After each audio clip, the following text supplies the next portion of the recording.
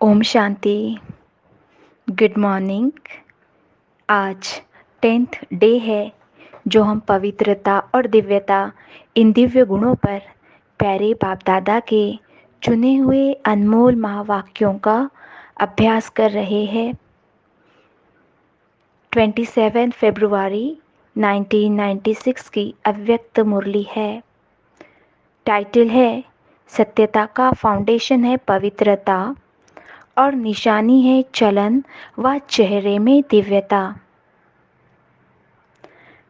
आज सत बाप, सत शिक्षक, सदगुरु अपने चारों ओर के सत्यता के शक्ति स्वरूप बच्चों को देख रहे हैं। सत्यता का फाउंडेशन पवित्रता है और सत्यता का प्रैक्टिकल प्रमाण चेहरे पर और चलन में दिव्यता होगी। दुनिया में भी अनेक आत्माएं अपने को सत्यवादी कहते हैं, वह समझते हैं, लेकिन संपूर्ण सत्यता पवित्रता के आधार पर होती है। पवित्रता नहीं तो सदा सत्यता रह नहीं सकती है। तो आप सबका फाउंडेशन क्या है? पवित्रता।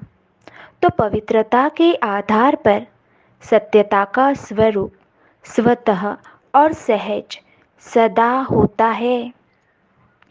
सत्यता सिर्फ सच बोलना, सच करना, इसको नहीं कहा जाता, लेकिन सबसे पहला सत्य जिससे आपको पवित्रता की व सत्यता की शक्ति आई, तो पहली बात है अपने सत्य स्वरूप को जाना। मैं आत्मा हूँ, ये सत्य स्वरूप पहले नहीं जानते थे, लेकिन पहला सत्य अपने स्वरूप को जाना। मैं फलानी हूँ या फलाना हूँ, बॉडी के हिसाब से वह सत्य स्वरूप था। पूछ रहे हैं बाबा, सत्य स्वरूप है पहले स्व स्वरूप और फिर बाप के सत्य परिचय को जाना। अच्छी तरह से अपना सत्य स्वरूप और बाप का सत्य परिचय जान लिया है। तीसरी बात, इस सृष्टि चक्र को भी सत्य स्वरूप से जाना। यह चक्र क्या है और इसमें मेरा पार्ट क्या है?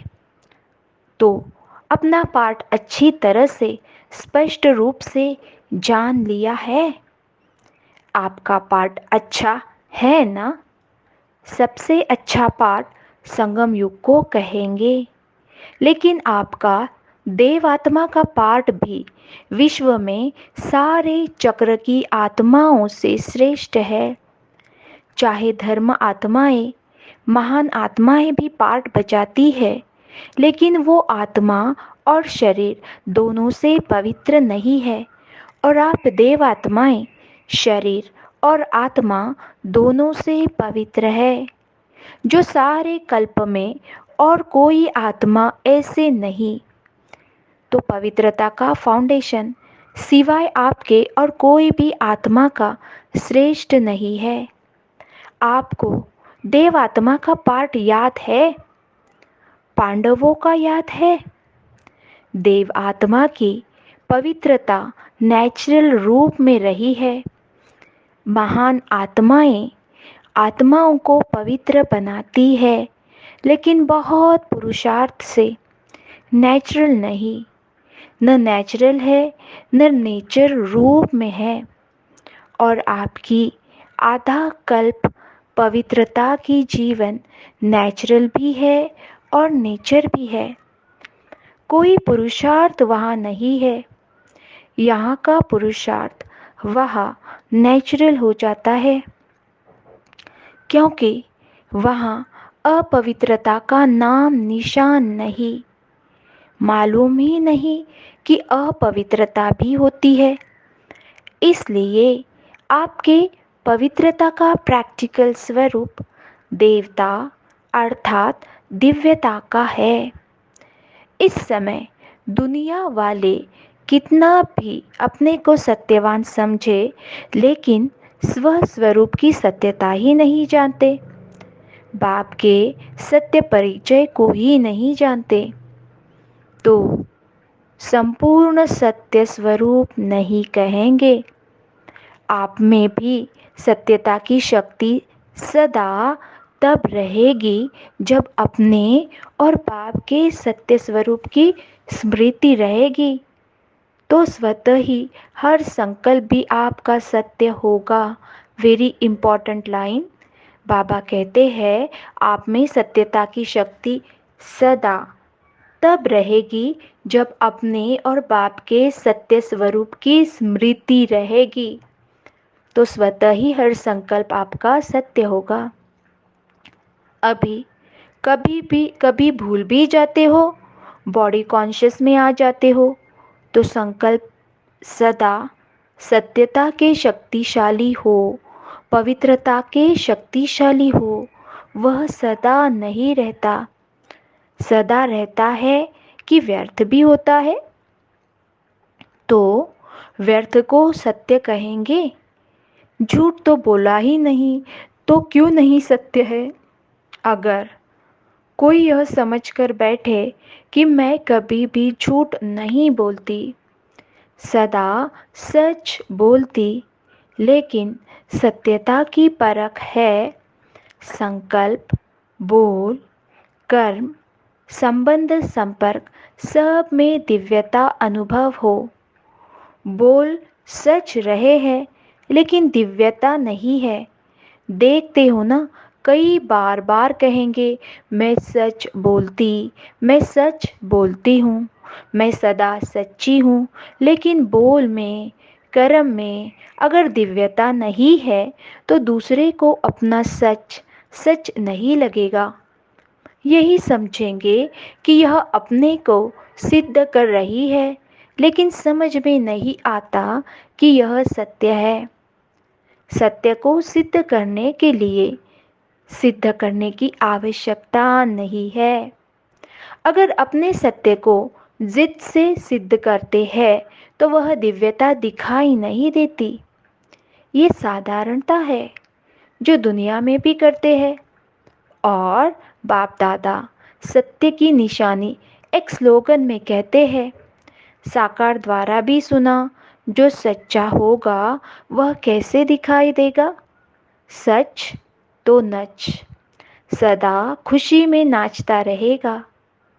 जब जिद करके सिद्ध करते तो आप अपना या दूसरे का चेहरा नोट करेंगे, तो वह खुशी का नहीं होगा, थोड़ा सोचने का और थोड़ा उदासी का होगा, नाचने का नहीं होगा। सच तो बिठो नच, सच्चा खुशी में नाचता है, तो खुशी में जीवन के दिन या रात बहुत अच्छी लगती है। और थोड़ा भी सत्य में असत्य मिक्स है तो उस समय की जीवन इतनी अच्छी नहीं लगेगी। तो सत्यता का अर्थ ही है सत्य स्वरूप में स्थित होकर चाहे संकल्प, चाहे बोल, चाहे कर्म करना। आजकल दुनिया वाले तो स्पष्ट कहते हैं कि आजकल सच्चे लोगों का चलना ही मुश्किल है, झूठ बोलना ही पड़ेगा। लेकिन कई समय पर, कई परिस्थितियों में ब्राह्मण आत्माएं भी मुख से नहीं बोलती, लेकिन अंदर समझती है कि कहाँ कहाँ चतुराई से तो चलना ही पड़ता है। उसको झूठ नहीं कहते, लेकिन चतुराई कहते हैं। तो चतुराई क्या है? यह तो करना ही पड़ता है। तो वह स्पष्ट बोलते हैं और ब्राह्मण रॉयल भाषा में बोलते हैं। फिर कहते हैं मेरा भाव नहीं था, न भावना थी, न भावना थी, न भाव था, लेकिन करना ही पड़ता है, चलना ही पड़ता है। लेकिन ब्रह्मा बाप को देखा, साकार है ना।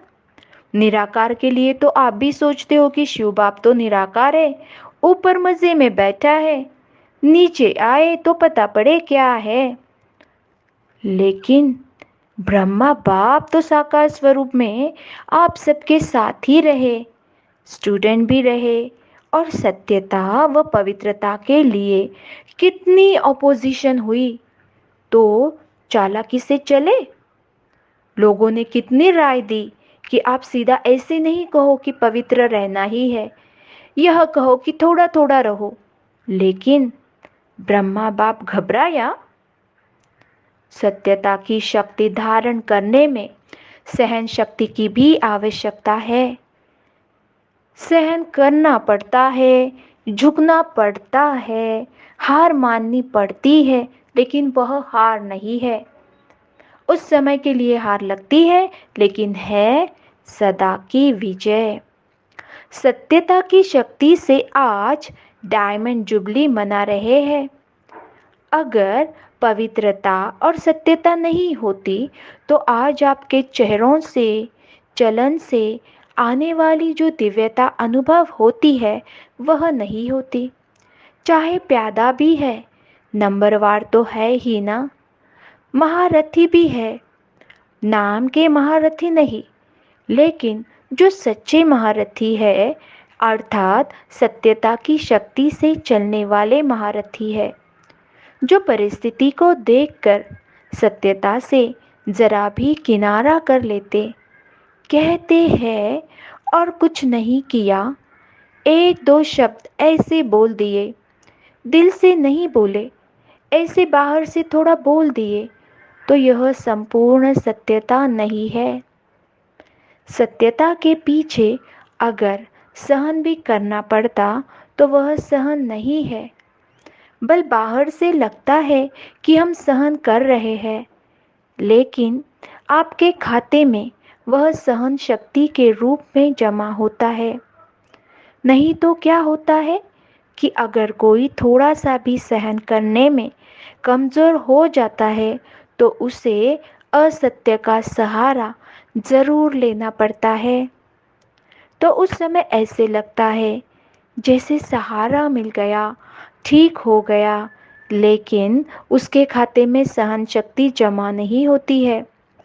तो बाहर से ऐसे समझेंगे कि हम बहुत अच्छे चल रहे हैं, हमको चलने की चतुराई भी आ गई है, लेकिन अगर अपना खाता देखेंगे तो जमा का खाता बहुत कम होगा।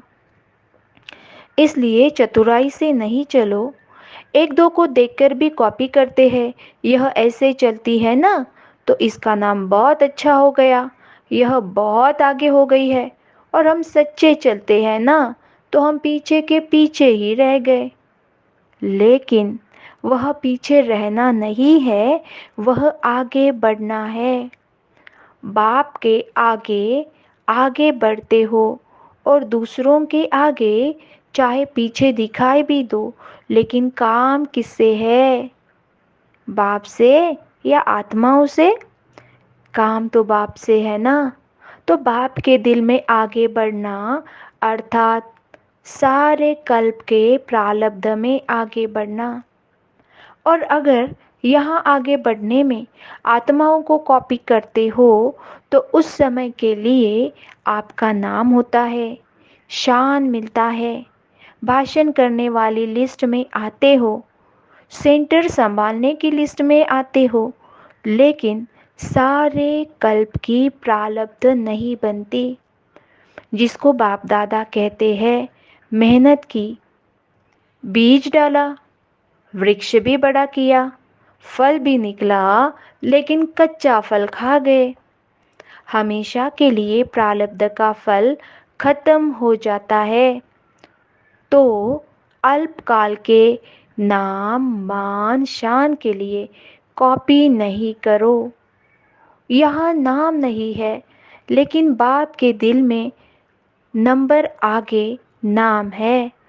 इसलिए डायमंड बनना है तो यह सब चेकिंग करो। जरा भी रॉयल रूप का दाग डायमंड में छिपा हुआ तो नहीं है।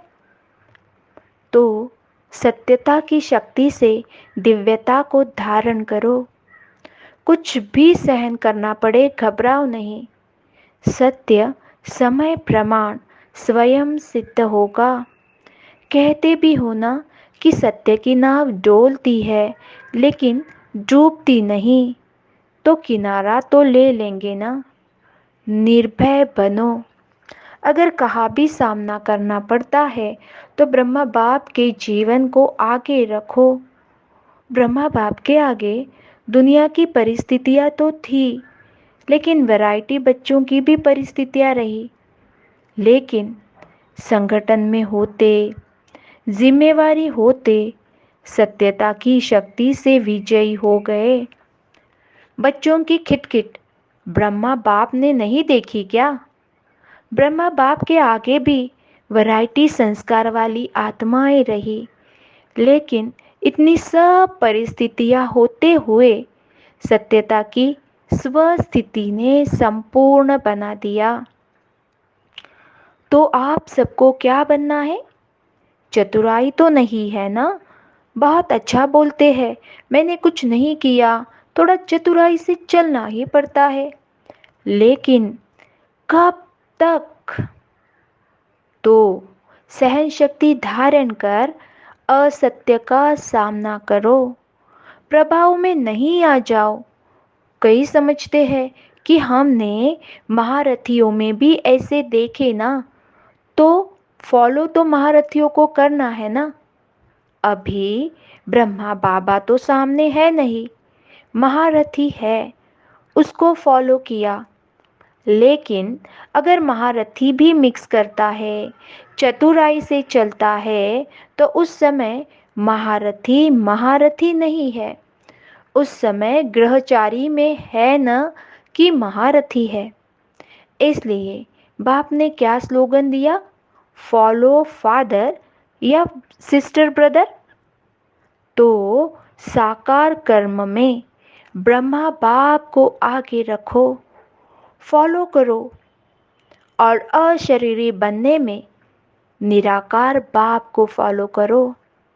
चाहे अच्छे अच्छे बच्चे भी हैं, लेकिन वह भी फॉलो फादर करते हैं। तो आपको क्या करना है? Follow father. पक्का या थोड़ा थोड़ा? एडवांटेज मिलता है तो ले लो, भविष्य ले लो, भविष्य में देखा जाएगा। कई ऐसे भी सोचते हैं कि सतयुग में चाहे कम पद पाएंगे, लेकिन सुखी तो होंगे ही, दुख तो होगा ही नहीं। सब प्राप्तियां तो होंगी, चाहे प्रजा की भी प्रजा होगी तो भी अप्राप्ति तो होगी नहीं। तो अभी तो मजा ले ले, पीछे देखा जाएगा। लेकिन यह अल्पकाल का मजा सजा के भागी बना देगा। तो वह मंजूर है?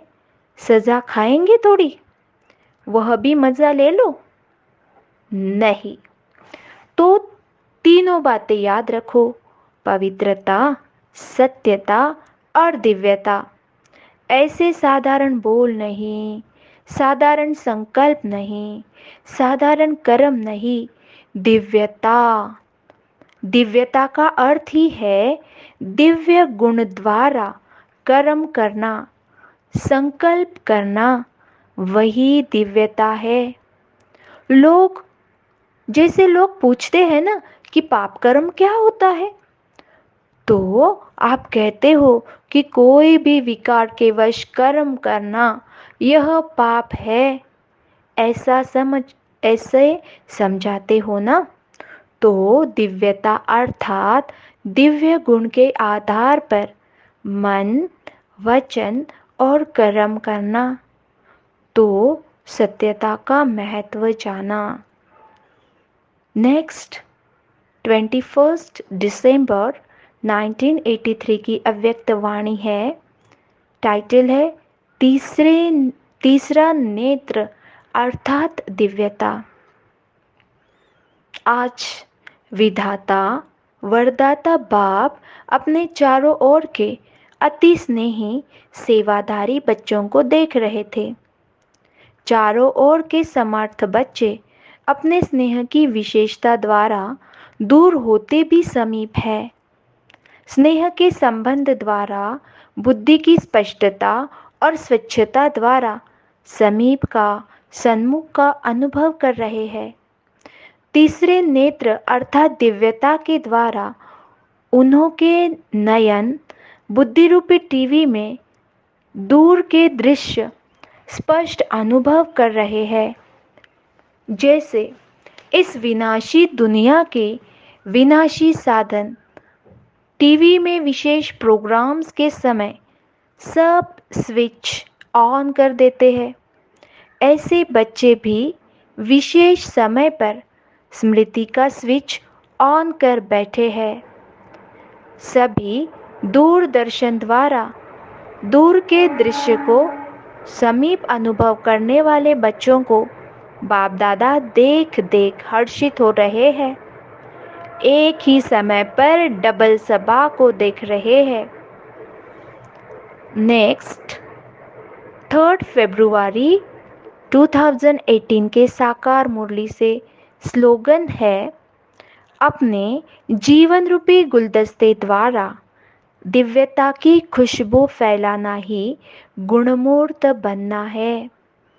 अपने जीवन रूपी गुलदस्ते द्वारा दिव्यता की खुशबू फैलाना ही गुणमूर्त बनना है।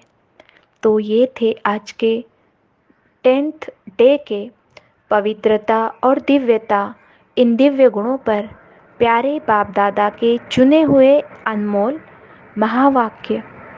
शुक्रिया बाबा, शुक्रिया। ओम शांति।